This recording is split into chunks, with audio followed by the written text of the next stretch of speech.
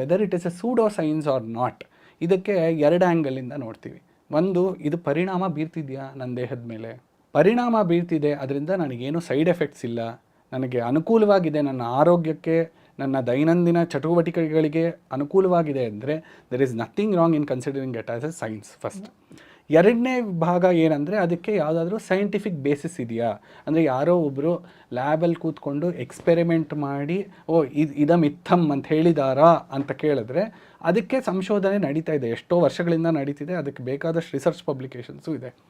ಆದ್ದರಿಂದ based on these two aspects, ಒಂದು ನಾವೇನು ಅರ್ಥ ಮಾಡ್ಕೋಬೇಕು ಅಂದರೆ, ಪಾಶ್ಚಿಮಾತ್ಯ ಶೈಲಿಗಳಲ್ಲಿ ಏನಾದರೂ ಒಂದು ಎಕ್ಸ್ಪೆರಿಮೆಂಟ್ ಅಂದರೆ ಅವ್ರು ಏನು ಅನ್ಕೋತಾರೆ, ಒಂದು ಲ್ಯಾಬ್ ಇರಬೇಕು, ಇದಿರಬೇಕು ಅಂತ.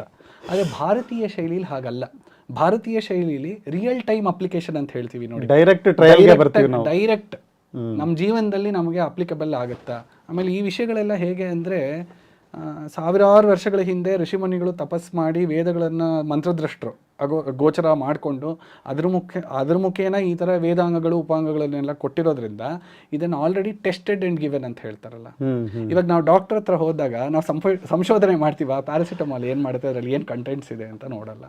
ಇಲ್ಲಾಂದರೆ ಆಸ್ಪ್ರಿನ್ ಡಿಸ್ಪ್ರಿನ್ ಏನಾದ್ರು ತೊಗೊಂಡ್ರೆ ಅದರಲ್ಲಿ ಏನು ಕಂಟೆಂಟ್ಸ್ ಇದೆ ಅಂತ ನೋಡಲ್ಲ. ಅದನ್ನು ತೊಗೋತೀವಿ, ಅದು ನಮ್ಮ ಭೌತಿಕವಾಗಿ ನನ್ನ ಶರೀರಕ್ಕೆ ಅನುಕೂಲ ಮಾಡಿಕೊಡುತ್ತೆ, ಅಲ್ಲಿಗೆ ನಿಲ್ಲಿಸ್ಬಿಡ್ತೀವಿ ನಾವು. ಆದರೆ ಮುದ್ರಾ ಯೋಗ, ಮಂತ್ರ ಚಿಕಿತ್ಸೆ ಇತ್ಯಾದಿ ನಮ್ಮ ವೈದಿಕ ಸಂಪ್ರದಾಯದಲ್ಲಿ ಬರುವಂತಹ